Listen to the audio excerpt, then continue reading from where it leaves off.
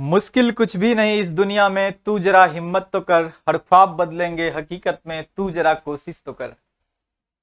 दोस्तों, मैं मणिकांत आपके YouTube चैनल मनीपीडिया में आपका स्वागत करता हूं। आज इतिहास के कुछ महत्वपूर्ण टॉपिक को लेकर आए हैं। पिछली क्लास में हम लोगों ने ब्रिटिश शासन के अधीन भारत में संवैधानिक विकास को देख रहा था। उसी की अगली कड़ी, ये अंतिम कड़ी है संवैधानिक विकास का। चलिए हम आपको ले चलेंगे। इससे पहले आज के लिए आपका कोटेशन है, लहरों से डरकर नौका पार नहीं होती, कोशिश करने वालों की कभी हार नहीं होती, कोशिश करने वालों की कभी हार नहीं होती। चलिए आपके लिए पहला प्रश्न हम ले चलेंगे। आप आज का जो टॉपिक है, यह टॉपिक आपको किसी भी परीक्षा की तैयारी कर रहे हैं, आप किसी भी प्रतियोगी परीक्षा की तैयारी कर रहे हैं, उसमें इस टॉपिक से प्रायः सवाल पूछे जाते हैं।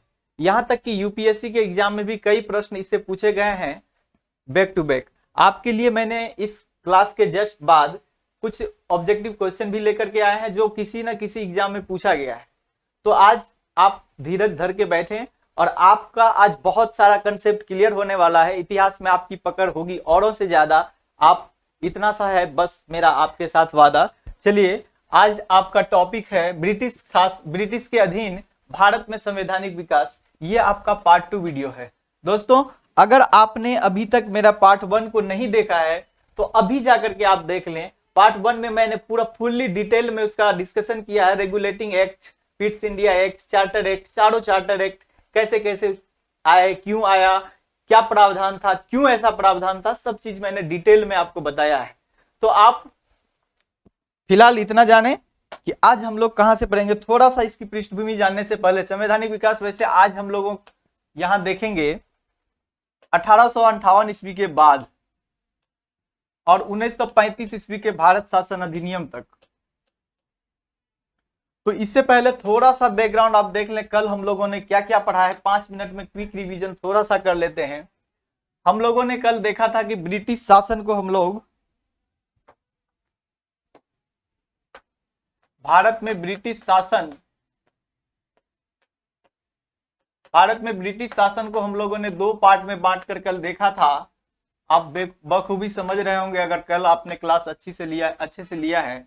तो आपका ब्रिटिश शासन में हम लोगों ने देखा था 1757 की प्लासी लड़ाई से लेकर 1857 ईस्वी, लगभग 100 वर्षों में ब्रिटिश कंपनी पर कैसे ब्रिटिश संसद नियंत्रण स्थापित करती है, ब्रिटिश कंपनी के एकाधिकार को धीरे धीरे कैसे कंपनी समाप्त कर देती है। आज हम लोग 1858 में देखेंगे क्या हो गया उनके साथ। कंपनी के अधिकार धीरे धीरे, ये कंपनी का अधिकार धीरे धीरे ब्रिटिश पार्लियामेंट में समाहित हो जाता है और हम ब्रिटिश शासन के अधीन आ जाते हैं। वास्तविक गुलामी हमारी जो स्टार्ट होती है वो 1857 की क्रांति के बाद 1858 से लेकर 1947 ईस्वी तक हम लोग देखेंगे कि कैसे हम लोग ब्रिटिश नागरिक हो गए, ब्रिटिश सरकार हमारी सरकार हो गई, ब्रिटिश पार्लियामेंट में हमारे लिए अधिनियम बनने लगे, ब्रिटिश पार्लियामेंट तय करती थी कि भारत में क्या होगा। तो हमारी वास्तविक गुलामी यहां से शुरू होती है, लेकिन हम अप्रत्यक्ष रूप से गुलाम तो वहीं से होना शुरू हो गए थे जब प्लासी के मैदान में बंगाल हार गए और 1764 की लड़ाई में जब हम अवध, बंगाल और मुगल बादशाह शाह आलम द्वितीय तीनों की संयुक्त सेना अंग्रेजों से पराजित हो गई। तो वहां से हम, लेकिन 1857 ईस्वी तक आप क्या देखते हैं तो मुगल बादशाह का अस्तित्व अभी तक बना है। भले ही वह अस्तित्व केवल नाम मात्र का है, उसके पास कोई अधिकार नहीं है, सारे प्रशासनिक दायित्व अंग्रेज अपने हाथों में हथिया लिए हैं, बस नाम मात्र की कठपुतली शासन चल रही है यहाँ। और आप देखें सबसे अंतिम मुगल सम्राट हैं शाह आलम द्वितीय। कौन है? बहादुर शाह जफर द्वितीय। बहादुर शाह जफर द्वितीय, इसे आप बहादुर शाह द्वितीय भी कह सकते हैं। जफर इनका एक उपाधि है क्योंकि जफर नाम से इन्होंने जफरनामा नाम से ये शायरी लिखा करते थे। ये शायर थे बहादुर शाह द्वितीय, इसीलिए इनके नाम में जुड़ गया बहादुर शाह जफर द्वितीय। तो 1857 ईस्वी तक भारत वास्तविक रूप से गुलाम नहीं हुआ है, लेकिन भारत के शासन प्रशासन पर अंग्रेजी ईस्ट इंडिया कंपनी का प्रभाव बहुत ज्यादा हो गया था और भारत के मुगल बादशाह उनके रबर स्टैम्प की तरह काम कर रहे थे। लेकिन 1858 ईस्वी के बाद आज हम लोग जो देखेंगे कैसे कि मुगल बादशाह का पद ही समाप्त कर दिया जाता है। भारत के शासन को सीधे ब्रिटिश शासन अब ब्रिटिश सरकार अपने कंट्रोल में ले लेती है। और यहाँ यह भी देखेंगे कि ब्रिटिश ईस्ट इंडिया कंपनी के शासन सत्ता का अधिकार ही समाप्त कर दिया जाता है और ब्रिटिश क्राउन के अधीन हम आ जाते हैं। तो चलिए आपका बैकग्राउंड यहाँ, आप इस बीच में आप लोगों ने कल क्या क्या पढ़ा था हम लोगों ने, तो आप देखेंगे कि रेगुलेटिंग एक्ट हम लोगों ने देखा था, रेगुलेटिंग एक्ट जो 1773 में आया था। फिर हम लोग एक्ट ऑफ सेटलमेंट देखे थे 1781 ईस्वी का। फिर हम लोग 1784 ईस्वी का पिट्स इंडिया एक्ट देखे थे। फिर इसके बाद हम लोगों ने चार्टर एक्ट देखे, चार्टर एक्ट। तो चार्टर एक्ट में हम लोग चार चार्टर को देखे थे। 1793 का 20-20 वर्ष में आने वाला, 1813 में, 1833 का, फिर 1853 का। तो हम लोगों ने इस पर डिटेल चर्चा कर लिया है। अगर आप अभी तक इन वीडियो को नहीं देखे तो मेरा रिक्वेस्ट है कि आपकी समझ ज्यादा बेहतर हो सकेगी अगर आप मेरे पार्ट 1 वीडियो को देख लेते हैं। इससे पहले आपका वीडियो अपलोड है, आप उस वीडियो को जाकर देख लें। तो हम लोग यहाँ तक कल देख चुके थे, इसीलिए आज हम लोग इधर देखेंगे 1858 से 1947 ईस्वी के बीच भारत में संवैधानिक विकास कैसे कैसे होता है, कैसे ब्रिटिश शासन, ब्रिटिश प्रणाली, ब्रिटिश पार्लियामेंट के अंतर्गत हम शासित होते हैं। तो यही हम लोग आज पढ़ेंगे। इसको हम फिलहाल मिटा देते हैं और आप नेक्स्ट पिछली वीडियो को अवश्य देख लेंगे। तो चलिए आज हम लोग क्या करने वाले हैं, तो आज हम लोगों का जो मुख्य रूप से, आज हमारा जो मुख्य रूप से टॉपिक है वह है 1858 के बाद। तो संवैधानिक विकास पार्ट 2 में हम लोग क्या करेंगे, 1858 से लेकर 1947 ईस्वी तक क्या क्या संवैधानिक सुधार आए, तो इसमें हम लोग देखेंगे 1858 का भारत शासन अधिनियम। हम लोग उसके बाद देखेंगे काउंसिल एक्ट यानी भारत परिषद अधिनियम। क्या देखेंगे, भारत परिषद अधिनियम। भारत परिषद अधिनियम की बात करें तो यह 3 अधिनियम आया है। भारत परिषद अधिनियम ये आपका पहला है 1861 ईस्वी का भारत परिषद अधिनियम, फिर 1892 ईस्वी का भारत परिषद अधिनियम, फिर जो है 1909 ईस्वी का भारत परिषद अधिनियम। इसी 1909 ईस्वी के भारत परिषद अधिनियम को हम पार्लियामेंटो एक्ट भी कहते हैं और यह है आपका 1892 का एक्ट।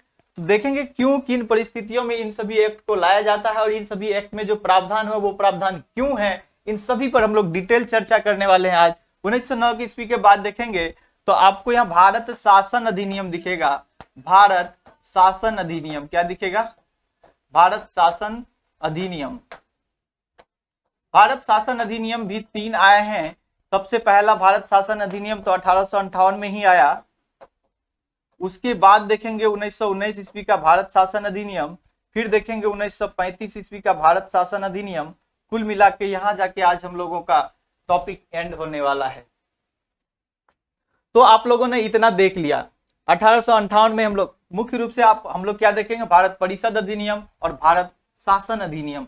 थोड़ा सा डिफरेंस समझिए, भारत परिषद अधिनियम और भारत शासन अधिनियम, नाम अलग है तो काम भी अलग होगा। अगर कोई वर्ड अलग है तो उनके अर्थ भी अलग होंगे, अलग शब्द हैं तो अर्थ अलग होंगे। तो आप थोड़ा सा समझिए कि यहाँ परिषद का मतलब हो जाएगा कि ब्रिटिश जो प्रशासनिक व्यवस्था है भारत में वायसराय के अधीन। अभी हम लोग देखेंगे कैसे गवर्नर जनरल वायसराय हो जाता है। ब्रिटिश शासन जो हमारे भारत में क्राउन का शासन होगा यानी महारानी का शासन लागू होगा, तो इस शासन में, शासन प्रशासन में कुछ सुधार आएंगे। काउंसिल के अंदर जो सुधार होगा इसलिए इसे इंडियन काउंसिल एक्ट कहेंगे, भारत परिषद अधिनियम कहेंगे। लेकिन शासन व्यवस्था पर जब परिवर्तन आएगा, शासन के सिस्टम पर परिवर्तन लाएंगे, शासन के स्वरूप में बदलाव आएगा। कभी द्वैत शासन आएगा, कभी द्वैत शासन हटेंगे, कभी राज्य में द्वैत शासन, कभी केंद्र में द्वैत शासन। ये सब स्वरूप में जब बदलाव आएगा शासन व्यवस्था का, तो इसका नाम भारत शासन अधिनियम होगा, इंडियन गवर्नमेंट एक्ट होगा और ये काउंसिल एक्ट होगा। तो मुख्य रूप से हम लोग काउंसिल एक्ट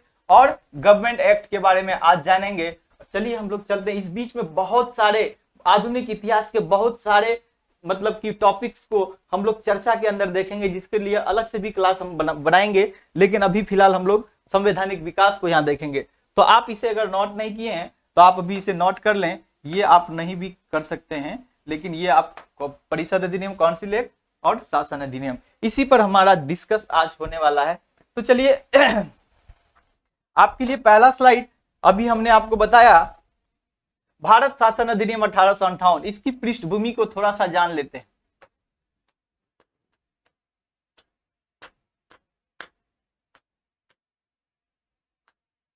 मित्रों, आपको पता होगा कि 1858 से जस्ट एक साल पहले 1857 में भारत की स्वतंत्रता संग्राम का एक बहुत बड़ा मोड़ है, बहुत बड़ा परिवर्तन बिंदु है 1857 की क्रांति।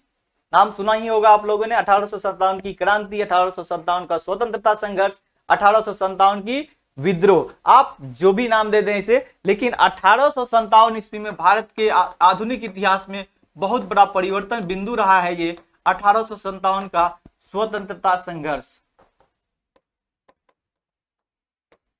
हम लोगों ने कल पढ़ा था ना कि 1757 से लेकर के 1857 ईस्वी तक कंपनी का शासन है भारत में, और इस कंपनी के द्वारा भारत में शासन के दौरान जो मतलब शोषण किया गया, उसकी प्रतिक्रिया में, वैसे तो हमारे देश में जब से शासन शोषण स्टार्ट हुआ ब्रिटिश ईस्ट इंडिया कंपनी की, वहीं से हम लोग विरोध करना शुरू कर देते हैं। कहीं जनजातीय विद्रोह होता है, कहीं किसान विद्रोह होता है, कहीं आप देखेंगे कि कुछ विशेष क्षेत्रगत विद्रोह होता है। आप बहुत सारे विद्रोह का नाम सुने होंगे, संथाल विद्रोह है, मुंडा विद्रोह है, और आप किसान विद्रोह, सन्यासी विद्रोह, नील विद्रोह, ऐसे बहुत सारे विद्रोह होते हैं। जैसे ही हम लोग, हमारे यहाँ गुलामी की दास्तान शुरू होती है, हम उसका विद्रोह करना शुरू कर देते हैं, लेकिन एकजुटता के साथ नहीं।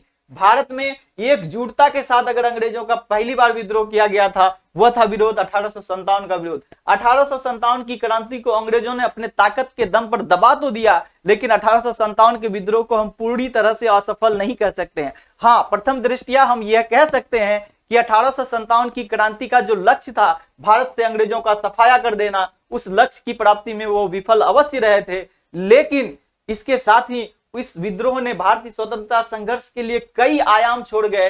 इनका प्रभाव आगे भी हमें नजर आएगा, और यह केवल भारतीयों को प्रभावित नहीं किया, अंग्रेजी शासन व्यवस्था में भी बहुत सारा परिवर्तन हुआ। इसी का परिणाम है 1858 का एक, अंग्रेजों को यह मजबूर हो जाना पड़ा सोचने के लिए कि हमें भारत में शासन करने के लिए कुछ नया तकनीक अपनाना होगा। ब्रिटिश ईस्ट इंडिया कंपनी, यही आप देखेंगे ना 1857 की क्रांति की जहां तक बात करते हैं हम, तो 1857 की क्रांति का मुख्य रूप से अगर आप परिणाम की बात करेंगे हमसे, तो 1857 की क्रांति का जो परिणाम था ना,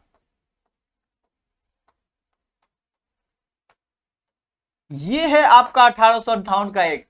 आप कह सकते 1857 की क्रांति के बाद अंग्रेजों को यह एहसास हो गया कि भारत में विद्रोह की ज्वाला कहां तक भड़क सकती है। उन लोगों को अंदाजा हो गया, अगर हम शासन प्रशासन में भारत के लोगों को शामिल नहीं करते हैं, अगर शासन प्रशासन में थोड़ा सा भी सुधार नहीं लाते हैं, तो हो सकता है कि 1857 जैसा विद्रोह फिर से दोहराया जाए और उसे संभालना हमें मुश्किल हो जाए। तो ऐसे में वो देखिए क्या क्या प्रयास करते हैं। सबसे पहले तो 1857 के विद्रोह की व्यापकता को देखते हुए ब्रिटिश सरकार ने लॉर्ड कैनिंग, जो उस समय गवर्नर जनरल है, लॉर्ड कैनिंग के द्वारा इलाहाबाद में नवंबर 1857 ईस्वी को इलाहाबाद से एक घोषणा पत्र जारी किया जाता है रानी के नाम पर, और उसमें कहा जाता है भारत में ब्रिटिश ईस्ट इंडिया कंपनी के शासन का अंत किया जाता है। और दूसरा घोषणा किया गया था कि भारत के सभी नागरिक अब ब्रिटिश नागरिक होंगे, ब्रिटेन की महारानी भारत की महारानी होगी। आप गर्व के साथ इसे महसूस कर सकते हैं, क्योंकि पता है 1850 ईस्वी के दशक में ब्रिटेन विश्व में एक छत्र शासन करने वाला मात्र एक शोषक नहीं था, ब्रिटेन का विश्व में वर्चस्व था, एक उदारवादी शासन व्यवस्था के रूप में जाने जाते थे ब्रिटेन। उसमें ब्रिटेन बहुत अच्छा शासन व्यवस्था के लिए जाना जाता था। भले ही हमारे यहाँ वह शोषण का काम करते थे, लेकिन उसके यहाँ यानी ब्रिटेन में शासन व्यवस्था बहुत अच्छी थी। आप देखते हैं ब्रिटेन के जस्ट बगल में स्थित है फ्रांस। फ्रांस में भी क्रांति होती है 1789 ईस्वी में, लेकिन यह क्रांति उसका सफल नहीं हो पाता। कुछ दिन के लिए सफल होता है, फिर वहां देखते हैं नेपोलियन बोनापार्ट आता है, फिर से राजशाही स्थापित होती है। फिर 1830 ईस्वी में क्रांति होता है, 1848 ईस्वी में क्रांति होता है। मतलब फ्रांसीसी क्रांति भटकती रहती है। लेकिन उसके बावजूद उसी के बगल में इंग्लैंड में जो शासन है, यह 1666 ईस्वी से ही गौरवपूर्ण क्रांति के बाद बहुत अच्छा शासन व्यवस्था है, और अच्छी शासन व्यवस्था का ही परिणाम है कि पूरे वर्ल्ड में अपना शासन स्थापित करती है। तो ब्रिटिश कितने दिमाग से भारत को, कितना दिमाग लगाया है और कितने रणनीतिक वे में जाकर के भारत को शासन के अधीन करता है। देखिए 1857 की क्रांति जैसे ही व्यापकता को प्राप्त करती, इसे दबा तो दिया जाता है, लेकिन इसके बाद बहुत सारा परिवर्तन आएगा। यही परिवर्तन 1858 के एक्ट में आएंगे। क्या हुआ ना, 1857 की क्रांति का परिणाम यह हुआ कि कंपनी पील आयोग का गठन करती है। क्या करती है? पील आयोग का गठन करती है कि आखिर आप ये जांच कीजिए पील साहब कि 1857 की क्रांति क्यों हुई, आगे ऐसा क्रांति न दोहराया जाए, इसके लिए हमें क्या करना चाहिए। तो इसके लिए पील आयोग का गठन होता है। तो आपको कई एग्जाम में पूछे जा चुके हैं ये प्रश्न, 1857 की क्रांति की समीक्षा के लिए, जांच के लिए किस आयोग का गठन किया गया था? तो पील कमीशन का गठन किया गया था। तो आपने ये पृष्ठभूमि को समझा कि 1857 की क्रांति की जड़ में ही, 1857 की क्रांति ही इसके जड़ में है, 1858 का एक्ट के जड़ में। तो इस एक्ट में क्या क्या लाया गया, क्योंकि 1857 की क्रांति का परिणाम था, तो कुछ ऐसे ही प्रावधान होंगे जो इससे रिलेटेड होगा। तो चलिए इसको मिटाते हैं, अगर आप लोग नोट नहीं किए तो नोट कर लीजिए। तो अब इसमें देखेंगे कि क्या क्या परिवर्तन लाए गए। 1858 ईस्वी का अधिनियम में सबसे पहला बात देखिए क्या किया गया है कि शासन सत्ता में परिवर्तन। शासन सत्ता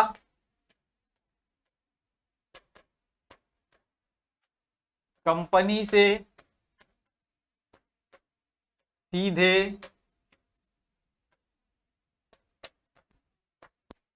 क्राउन के हाथ में। कुछ लोग सोच रहे होंगे क्राउन क्या मुकुट होता है? जी हाँ, मुकुट।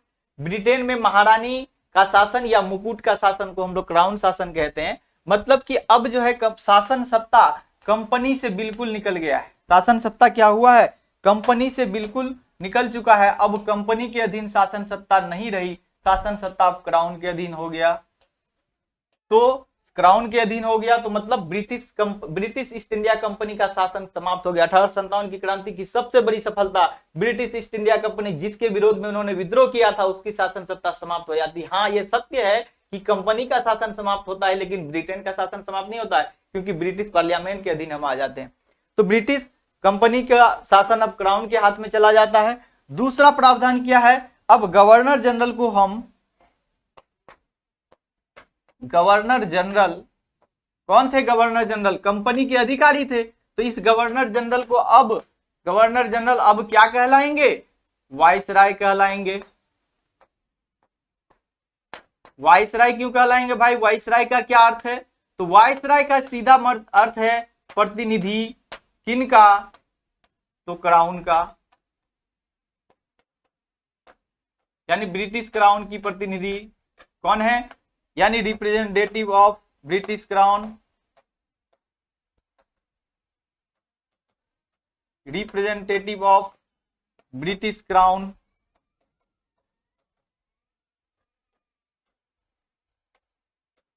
आप अगर पीसीएस की तैयारी करते हैं तो आपको पूछा जा सकता है गवर्नर जनरल और क्राउन के बीच क्या, वाइसराय के बीच क्या अंतर है? तो वाइसराय का सीधा मतलब है ब्रिटिश क्राउन का प्रतिनिधि, यानी रिप्रेजेंटेटिव ऑफ ब्रिटिश क्राउन। तो पहला परिवर्तन, कंपनी के हाथों से सत्ता क्राउन के हाथों में जाती है। गवर्नर जनरल जो कंपनी का अधिकारी था, जब कंपनी का शासन ही नहीं रहा तो अधिकारी क्यों रहेगा? तो गवर्नर जनरल को अब वाइसराय कहा जाएगा, क्योंकि वाइसराय की अब लॉयल्टी सीधे क्राउन के प्रति होगी। ये क्राउन का प्रतिनिधि बनकर यहाँ शासन करेगा। तीसरा इसमें क्या परिवर्तन होता है कि आप देखे थे ना 1784 ईस्वी में बोर्ड ऑफ डायरेक्टर और बोर्ड ऑफ कंट्रोल का गठन किया गया था, उसे भंग कर दिया गया, क्योंकि यह कंपनी शासन का चीज था। तो बोर्ड ऑफ कंट्रोल,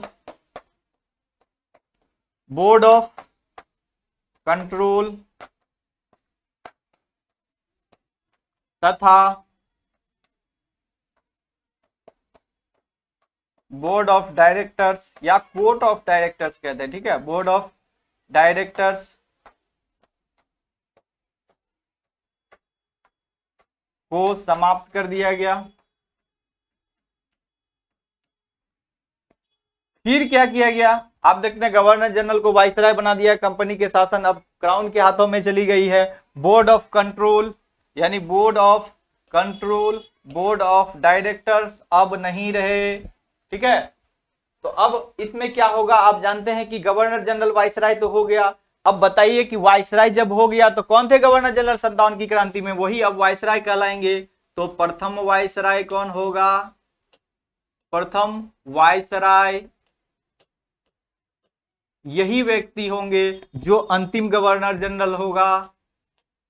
अंतिम एसएससी की परीक्षाओं में कई बार पूछा जाने वाला सवाल, अंतिम गवर्नर जनरल कौन थे या प्रथम वायसराय कौन था? ये दोनों ही क्वेश्चन का आंसर आपका होगा, दोनों ही क्वेश्चन का आंसर होने वाला है लॉर्ड कैनिंग। लॉर्ड कैनिंग साहब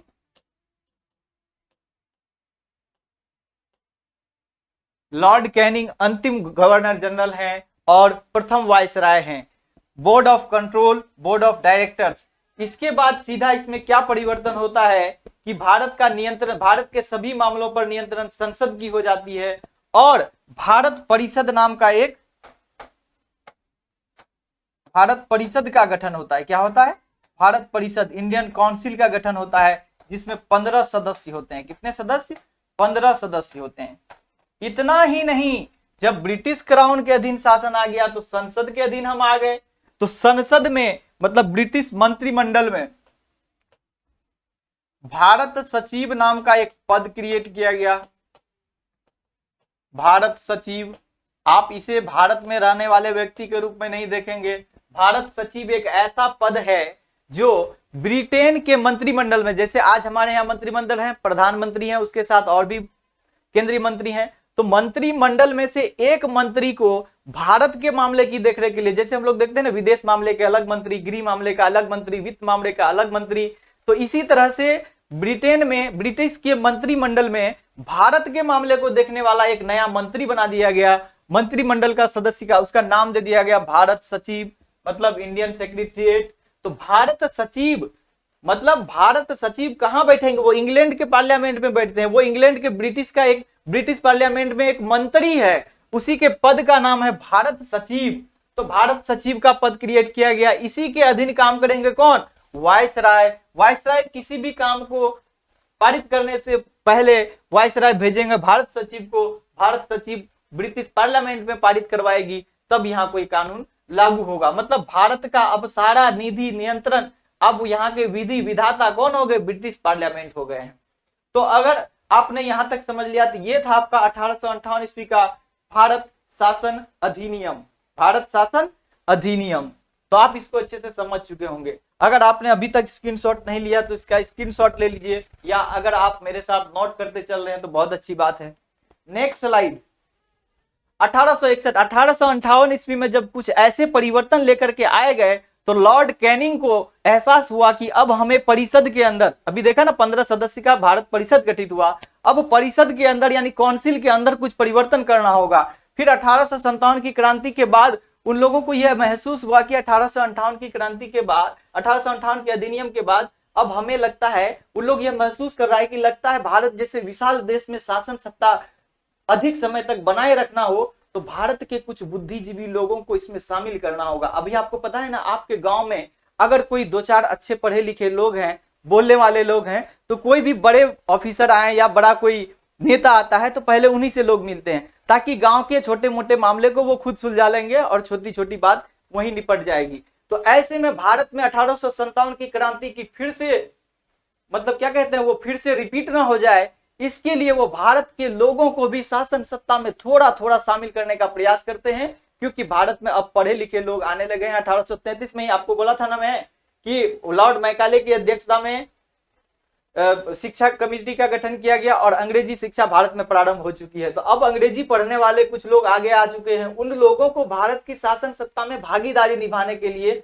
ये काउंसिल एक्ट लाया जाता है। लॉर्ड कैनिंग के दिमाग की उपज है ये काउंसिल एक्ट में। देखेंगे क्या क्या परिवर्तन लाता है भारत प्रशासन को सुधारने में।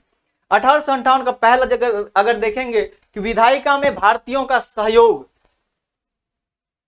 भारतीयों लिखा गया है यहाँ, भारतीयों का सहयोग।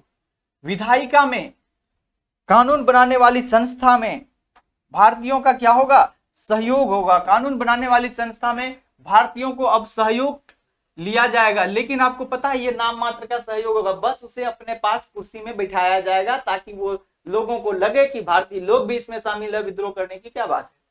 तो भारत में विधायिका में क्या करेंगे? भारतीय लोगों को सहयोग, सही योग लिख दिया गया है, टाइपिंग मिस्टेक है, यह सहयोग होगा। भारतीय लोगों को सहयोग लेने की व्यवस्था लोगों ने कर लिया। यहां से विभागीय प्रणाली स्थापित होती है। हमने क्या क्या, परिषद अधिनियम में वही चीज आएंगे जो प्रशासन में सुधार को ला रहा। भारत के अंदर प्रशासन, गवर्नर जनरल जो वायसराय हो गए, वायसराय अपने अंदर क्या क्या परिवर्तन लाएंगे। वायसराय पहला परिवर्तन लाए कि हम अपने साथ विधायिका में, मतलब कानून बनाने में कुछ भारतीयों को भी शामिल करना चाहते हैं। ठीक है। दूसरा क्या है कि विभागीय प्रणाली लाई जाएगी। अब सामूहिक रूप से केवल 15 सदस्य का एक काउंसिल बनने से नहीं होगा, इसे अब टुकड़ों टुकड़ों में बांट के अलग अलग डिपार्टमेंट वाइज बांटना होगा। तो इसीलिए यहाँ क्या होगा, विभागीय प्रणाली यानी पोर्टफोलियो सिस्टम। क्या होगा, पोर्टफोलियो सिस्टम लाया गया। आपसे क्वेश्चन पूछा जाता है, कभी कभी हिंदी में लिख दिया जाएगा पोर्टफोलियो प्रणाली कब से लागू की गई, तो 1861 के भारत परिषद अधिनियम से। अब यहां देखेंगे वायसराय को, जो गवर्नर जनरल ऑफ वायसराय कहलाने लगे हैं ना, तो वायसराय अब अध्यादेश जारी, वायसराय को अध्यादेश को अधिकार दिया गया। क्या चीज का, अध्यादेश का। वायसराय को अध्यादेश जारी करने का अधिकार दिया गया। अध्यादेश क्या होता है, अभी भी हमारे भारतीय संविधान में अध्यादेश जारी करने की शक्ति किसे प्राप्त है, राष्ट्रपति को, और राज्यों में राज्यपाल को। 1, 2, 3 आर्टिकल 123, आर्टिकल 123 के तहत किसको प्राप्त है, राष्ट्रपति को अध्यादेश जारी करने की शक्ति है, और राज्यपाल को आर्टिकल 213 के तहत अध्यादेश जारी करने। अध्यादेश कानून की तरह ही होती है, लेकिन पार्लियामेंट अगर संसद सत्र में ना हो या संसद का कोई एक सदन विघटित हो गया हो, ऐसी स्थिति में कोई अगर जरूरत की चीज लगे राष्ट्रपति को या राज्यपाल को कि हमें ये चीज लाना जरूरी है, पब्लिक हित में है, अचानक से कोई ऐसा मामला आ जाए, तो उसे अध्यादेश के रूप में लागू किया जाता है। यह अध्यादेश कानून की तरह ही काम करता है, लेकिन इसका वैलिडिटी 6 मंथ होता है। दोबारा संसद या विधान परिषद जब तक इसे, विधानमंडल जब तक इसे पारित नहीं कर देती है, तो फिर यह 6 मंथ बाद अपने आप समाप्त हो जाता है। तो यही अध्यादेश जो हम राष्ट्रपति राज्यपाल को अभी देकर रखे हैं, लेकिन अंग्रेजों के टाइम में अध्यादेश वायसराय जारी करते थे, और अध्यादेश जारी करने की शक्ति यह भी 6 मंथ के लिए होता था, 6 माह के लिए, अधिकतम 6 माह के लिए वायसराय को अध्यादेश जारी करने की शक्ति 1861 के अनुसार मिल जाता है। फिर 1861 ईस्वी के भारत परिषद अधिनियम कार्यकारिणी परिषद का विस्तार किया जाता है। अभी हम लोगों ने देखा था ना, कार्यकारिणी परिषद, गवर्नर जनरल और उनके साथ काम करने वाले लोग जितने भी होंगे उनका विस्तार होगा, क्योंकि भारतीयों को भी अब शामिल करने का प्रयास चल रहा है। तो आपने देखा 1861 के अधिनियम में ऐसे कुछ बात आए जो प्रशासन के अंदर सुधार की बात थी। तो आपका नेक्स्ट स्लाइड जाएगा 1873 का। 1861 के बाद 1873 में एक एक्ट आता है जिसमें ब्रिटिश संसद यह पूरी तरह से स्पष्ट कर देती है कि ईस्ट इंडिया कंपनी को कभी भी भंग की जा सकती है। 1873 के एक्ट से यह स्पष्ट कर दिया जाता है कि भारत में ईस्ट इंडिया कंपनी को कभी भी पूरी तरह से हम भंग कर सकते हैं। क्या हुआ, 1858 में उसकी शासन सत्ता छीन ली गई। चार्टर एक्ट में देखे थे कितना खेला हुआ था ना, धीरे धीरे 20 साल के लिए उनके एक अधिकार को थोड़ा सा लिया जाता है, थोड़ा अधिकार को 20 साल के लिए बढ़ाया जाता है, अगली बार वो भी अधिकार ले लिया जाता है, फिर बचे हुए अधिकार को 20 साल के लिए बढ़ाया जाता है, फिर अगली बार 20 साल बाद आता है और दूसरा अधिकार भी छीन लेता है। मतलब भारतीय कंपनी को अब बैंड बजाया जा रहा था। अब देख रहे 1858 में आकर के उससे शासन सत्ता भी छीन लेती है। अब कंपनी को कम से कम व्यापार तो करने दे दो भाई साहब, लेकिन अब उनके व्यापारिक अधिकार भी भंग होने वाली है। 1873 में एक एक्ट लेकर आती है ब्रिटिश संसद और कह देती है कि ब्रिटिश ईस्ट इंडिया कंपनी को कभी भी किसी भी समय हम भंग कर सकते हैं। और यह दिन ज्यादा दूर नहीं था, 1 जनवरी 1884 की बात है। 1 जनवरी 1884 की बात है, ब्रिटिश ईस्ट इंडिया कंपनी को पूरी तरह से भंग कर दिया गया। ब्रिटिश ईस्ट इंडिया कंपनी को आप यहां नोट कर लेंगे, ब्रिटिश ईस्ट इंडिया कंपनी को पूरी तरह भंग यानी समाप्त कर दी जाती है। क्या की जाती है, ब्रिटिश ईस्ट इंडिया कंपनी 1 जनवरी 1884 को समाप्त कर जाती है। आप इस फैक्ट को अच्छी तरह से दिमाग में बिठा कर रख लेंगे, कभी भी आपको एग्जाम हॉल में नजर आ सकता है, और अगर याद न रहा तो खतरे की घंटी हो सकती है। तो भारत परिषद अधिनियम 1892 को अब देखेंगे। अभी हम लोगों ने देखा था ना भारत में कितने काउंसिल एक्ट आएंगे, 3, 1861, 1892 और 1909। तो 1861 को हमने देख लिया है, 1892 के काउंसिल एक्ट को देखेंगे। 1892 में फिर से प्रशासन व्यवस्था के अंदर परिवर्तन लाने का प्रयास किया गया।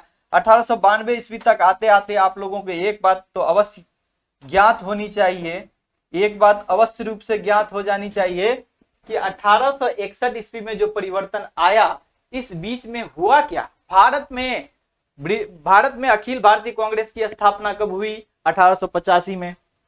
जब कांग्रेस की स्थापना अखिल भारतीय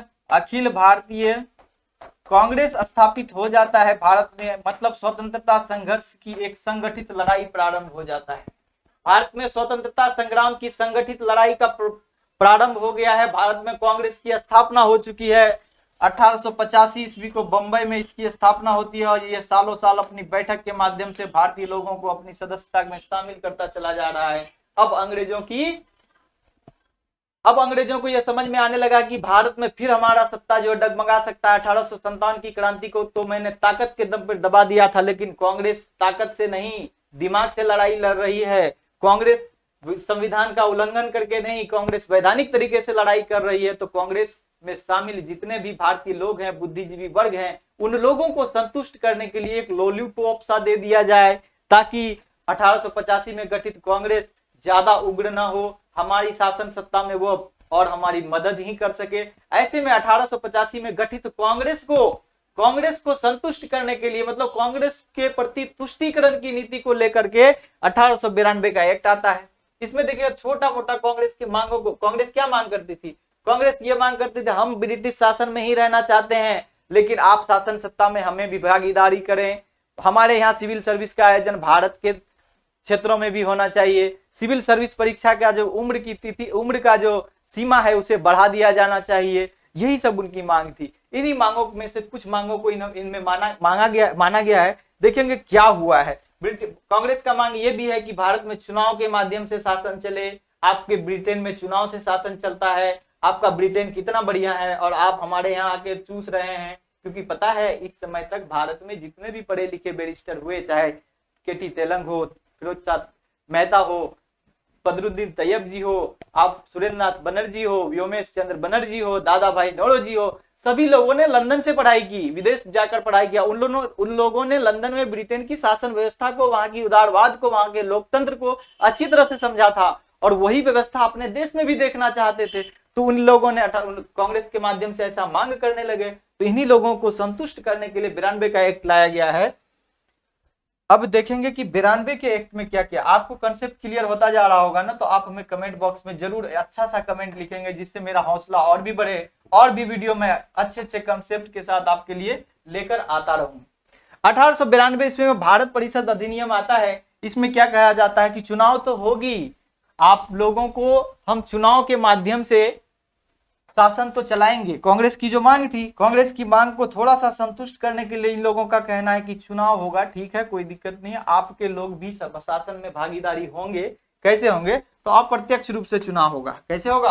अप्रत्यक्ष रूप से चुनाव होगा, मतलब कुछ विश्वविद्यालयों से, कुछ आपके कॉमर्स, चैम्बर ऑफ कॉमर्स से कुछ लोगों को अप्रत्यक्ष रूप से इसमें शामिल किया जाएगा, या फिर वाइसराय द्वारा मनोनीत कर लिया जाएगा। लेकिन आप लोग भी हमारे यहाँ, मतलब ब्रिटिश के कार्यपालिका में शामिल होंगे। तो शामिल किया गया है। इसमें आप देखेंगे कि लोगों को, भारतीय लोगों को भी शामिल किया गया है, लेकिन उस लोग इतना ध्यान रखा है भारतीय लोगों को अल्पसंख्या में शामिल किया जाए, ताकि कभी भी वोटिंग की बात हो तो जीत किनकी हो? अंग्रेजों की, उसके द्वारा मनोनीत सदस्यों की।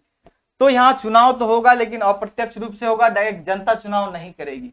यह व्यवस्था आया। अप्रत्यक्ष रूप से चुनाव का पहला प्रावधान 1862 के अधिनियम, 1892 ईस्वी के भारत परिषद अधिनियम में, इंडियन काउंसिल एक्ट इसको कहेंगे। क्या कहेंगे?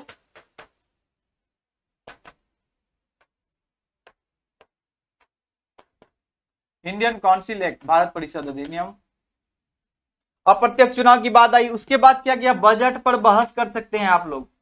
बजट जो हम लाएंगे हर साल, उस पर भारतीय लोगों को भी, या विधायिका को, या कानून बनाने वाली संस्था को कहा गया कि वाइसराय जब बजट पेश करे तो आप लोग उसमें बहस कर सकते हैं। दोस्तों ध्यान रखेंगे, यहाँ बहस का अधिकार है, लेकिन पूरक प्रश्न पूछने का अधिकार नहीं है। आप कुछ ऐसे प्रश्न हमें नहीं पूछ सकते हैं जिसका उत्तर हमको तुरंत वहीं देना हो, पूरक प्रश्न नहीं, मतलब आप हमसे प्रश्न नहीं कर सकते हैं, केवल चर्चा कर सकते हैं। बजट में कुछ अच्छा है बुरा है तो केवल आपको मौका दिया जाएगा, आप खड़े होकर अपना भाषण दे देंगे, बस इतना ही काफी है। आपको पूरक प्रश्न पूछने का जरूरत नहीं है। आप कुछ बताएंगे, कुछ कहेंगे, आलोचना करेंगे, हम उसका जवाब दे देंगे, इस पर फिर उल्टा के आप हमसे प्रश्न नहीं पूछेंगे, मतलब पूरक प्रश्न पूछने का अधिकार नहीं दिया गया। तो यहां में देखेंगे कि बजट पर बहस का थोड़ा सा अधिकार दिया गया है। चुनाव तो होगी और प्रत्यक्ष माध्यम से कुछ लोगों को शामिल किया जाएगा, लेकिन कांग्रेस इतने से संतुष्ट होने वाली तो थी नहीं, लेकिन इनका प्रयास था कि कांग्रेस थोड़ा सा तो संतुष्ट होगा। नेक्स्ट स्लाइड है आपका भारत परिषद अधिनियम 1909। 1892 ईस्वी के भारत परिषद अधिनियम से कोई खास बदलाव नहीं होता है। कांग्रेस तीनों दिन आगे बढ़ती जाती है, कांग्रेस की सदस्यता बढ़ता चला जाता है, भारत में उसका प्रभाव काफी अधिक हो गया है। कांग्रेस में तो अब कई दल बनने लगे, कांग्रेस के अंदर कई गुट बनने लगे हैं। आप देखेंगे 1905 में जब बंगाल विभाजन की बात आई तो भारत में कांग्रेस के गरम दल नरम दल अलग अलग नजर आने लगे। गरम दल के नेता लाल बाल पाल मुख्य रूप से सामने आए। उन लोगों का कहना था कि मांगने से स्वतंत्र भीख मिलती है, स्वतंत्रता नहीं मिलती, इसीलिए मांग कर नहीं, हमें इसकी लड़ाई लड़नी होगी। हम भिक्षावृत्ति वाला व्यवस्था अगर अपनाते रहेंगे, हम लव लेटर लिखते रहेंगे तो हमें आजादी नहीं मिलेगी, आजादी के लिए संघर्ष करना पड़ेगा। तो ऐसे में जब अंग्रेजों को ये लगा कि भारत का माहौल काफी बिगड़ चुका है, 1905 ईस्वी में जब बंगाल विभाजन हुआ तो उसी के विरोध में स्वदेशी आंदोलन चलाए जाने लगे। इससे अंग्रेजों को भारी आर्थिक क्षति हुई है। स्वदेशी आंदोलन जब बंगाल विभाजन के खिलाफ चला तो विदेशी वस्त्रों को जहां तहां जलाया जाने लगा, विदेशी वस्तुओं का बहिष्कार किया जाने लगा। भारतीय लोग अपने चरखा और जो है चरखा तकली की तरफ फिर से वापस मुड़ने लगे। कुटीर उद्योग, ग्रामीण उद्योग को बढ़ावा दिया जाने लगा। तो ऐसे में अंग्रेजों को बहुत आर्थिक क्षति हुई, राजनीतिक क्षति भी हुई। तो ऐसे में देखते हैं कि फिर से 1909 ईस्वी में फिर से अपने प्रशासन में सुधार लाने के लिए काउंसिल एक्ट लाया जाता है। 1909 के काउंसिल एक्ट में क्या प्रावधान है देखें। अब उन लोग 1905 में जब बंगाल विभाजन के खिलाफ स्वदेशी आंदोलन चलता है तो 1906 ईस्वी में अंग्रेज अपनी तुष्टीकरण की नीति के तहत मुसलमानों को अपने तरफ कर लेता है। मुसलमान के कुछ नेताओं को अपने पास बुलाकर उन्हें समझा बुझाकर फुसलाकर मुस्लिम लीग का गठन करवाया जाता है। और ये मुस्लिम लीग अब कांग्रेस के बीच, कांग्रेस और मुस्लिम लीग आपस में लड़ रही है, मतलब फूट डालो और राज करो की नीति की यहीं से उन लोग अच्छा एक भयानक शुरुआत करता है। यही 1906 में मुस्लिम लीग की स्थापना से ही भारत के विभाजन की कहानी शुरुआत हो जाती है। भारत के विभाजन की कहानी यहीं से लिखी जानी शुरू हो जाती है। भारत को उन लोगों ने समझ गया अगर भारत के कांग्रेस को कमजोर करना है तो भारतीयों को आपस में लड़ा दो। इसीलिए उन लोगों ने हिंदू मुस्लिम करके पूरे कांग्रेस को हिंदू का संगठन, बड़े बड़े मतलब कि समृद्धशाली लोगों का संगठन कह के संबोधित किया और मुसलमानों को उनसे दूर रखने का प्रयास किया। मुस्लिम वर्ग के एक बड़ी संख्या को मुस्लिम लीग के अधीन करके कांग्रेस के बीच लड़ाया। तो उसके बाद देखेंगे कि 1909 ईस्वी में आकर के इसका और विस्तार करता है। उन्हें लगता है कि मुसलमानों को और यदि हम थोड़ा सा अधिकार देते तो मुस्लिम और कांग्रेस, मुस्लिम लीग और कांग्रेस आपस में लड़ते रहेंगे और हम मजे लेते रहेंगे। तो इसलिए उन्होंने भारत में मुस्लिम लीग और कांग्रेस के बीच खाई को और बढ़ाने के लिए 1909 ईस्वी में लॉर्ड मिंटो भारत के वायसराय हैं और लॉर्ड मार्ले भारत सचिव हैं, जो ब्रिटिश मंत्रिमंडल के सदस्य हैं। तो मार्ले मिंटो, इसको मार्ले मिंटो एक्ट भी कहते हैं। मार्ले मिंटो सुधार, नाम तो सुधार है दोस्त, वो सुधार नाम से लाते हैं, लेकिन ये हमारे लिए सबसे बड़ा बिगाड़ है। उनके लिए सुधार है, वो सुधार बोलकर लाते हैं कि हम कुछ सुधार करते हैं। आप इतना विरोध कर रहे हो, ठीक है हम कुछ सुधार लाते हैं, लेकिन वो सुधार क्या था? हमारी गुलामी की दास्तां ही लिखी जाती थी हर सुधार में। भारत परिषद अधिनियम 1909 आता है, इसमें पृथक निर्वाचन। यहाँ जो मार्ले है ना, ये मिंटो वायसराय हैं और जो मार्ले हैं ये भारत सचिव हैं।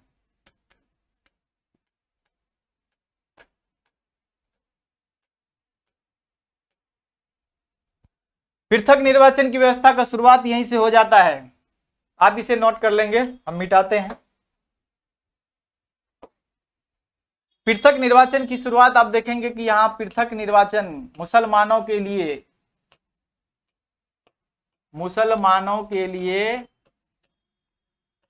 पृथक निर्वाचन की व्यवस्था लाई गई। मतलब कि अब जो चुनाव होगा ना भारत में, अब चुनाव करवाएंगे हम।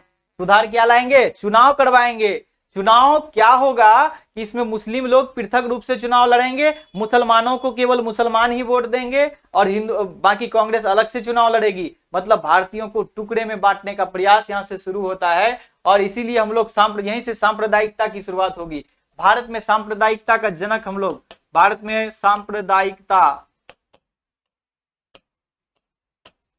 सांप्रदायिकता का जनक लॉर्ड मिंटो को कहा जाता है। आप इसे स्टार देकर कहीं लिख लेंगे। लॉर्ड मिंटो भारत में सांप्रदायिकता के बीज बोए हैं। इसी सांप्रदायिकता के बीज का ही परिणाम था जो विशाल वृक्ष के रूप में भारत पाकिस्तान का विभाजन आया 1947 में। यह दुर्भाग्य था, एक पहला देश होगा इंडिया जिसके साथ इतना बड़ा दुर्भाग्य हुआ। हम आजादी के जश्न और विभाजन के दंश एक साथ झेल रहे थे।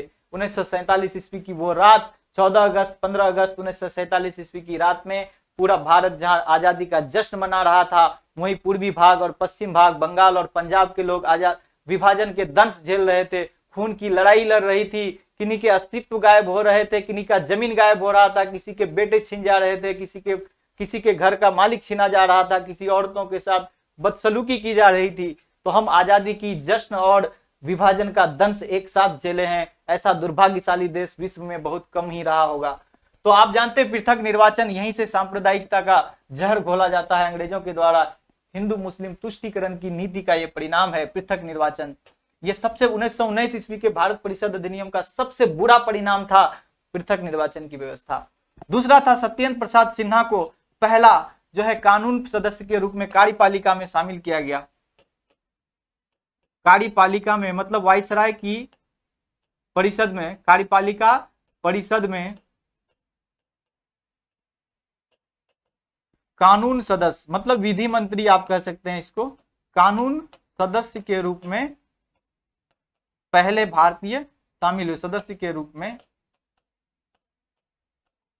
आपसे क्वेश्चन पूछा जाएगा वो पहला व्यक्ति कौन था जिसे ब्रिटिश कार्यपालिका में शामिल होने का गौरव प्राप्त हुआ, तो वो थे सत्येंद्र प्रसाद सिन्हा। कौन थे? सत्येंद्र प्रसाद सिन्हा। कार्यपालिका परिषद में कानून सदस्य के रूप में। किस सदस्य के रूप में? कानून सदस्य के रूप में। बजट पर मतदान तथा पूरक प्रश्न पूछने का, अभी आपने देखा था ना अभी आपने देखा था कि 1892 ईस्वी के भारत परिषद अधिनियम में बजट पर बहस करने का अधिकार था लेकिन पूरक प्रश्न पूछने का अधिकार नहीं था। लेकिन यह व्यवस्था आगे चल के 1909 में उन्हें एहसास होता है कि इसका विरोध करने से अब नहीं चलेगा। अब वो इसको थोड़ा सा सुधार के आगे बढ़ते हैं। कहता है कि बजट पर आप वोट भी कर सकते हैं, बजट पर आप मतदान भी कर सकते हैं, बजट पर आप पूरक प्रश्न भी हमसे पूछ सकते हैं। मतलब बजट पर मतदान करने का, वोटिंग का अधिकार और पूरक प्रश्न पूछने का भी अधिकार 1909 के भारत परिषद अधिनियम में भारतीयों को प्राप्त हुआ है। Chamber of commerce, presidency corporation, विश्वविद्यालयों और जमींदारों, इन लोगों को कहा गया कि आपके लिए अलग से प्रतिनिधि के लिए अलग से प्रतिनिधि का प्रतिनिधि होगा, यहां प्रतिबंध लिखा गया है,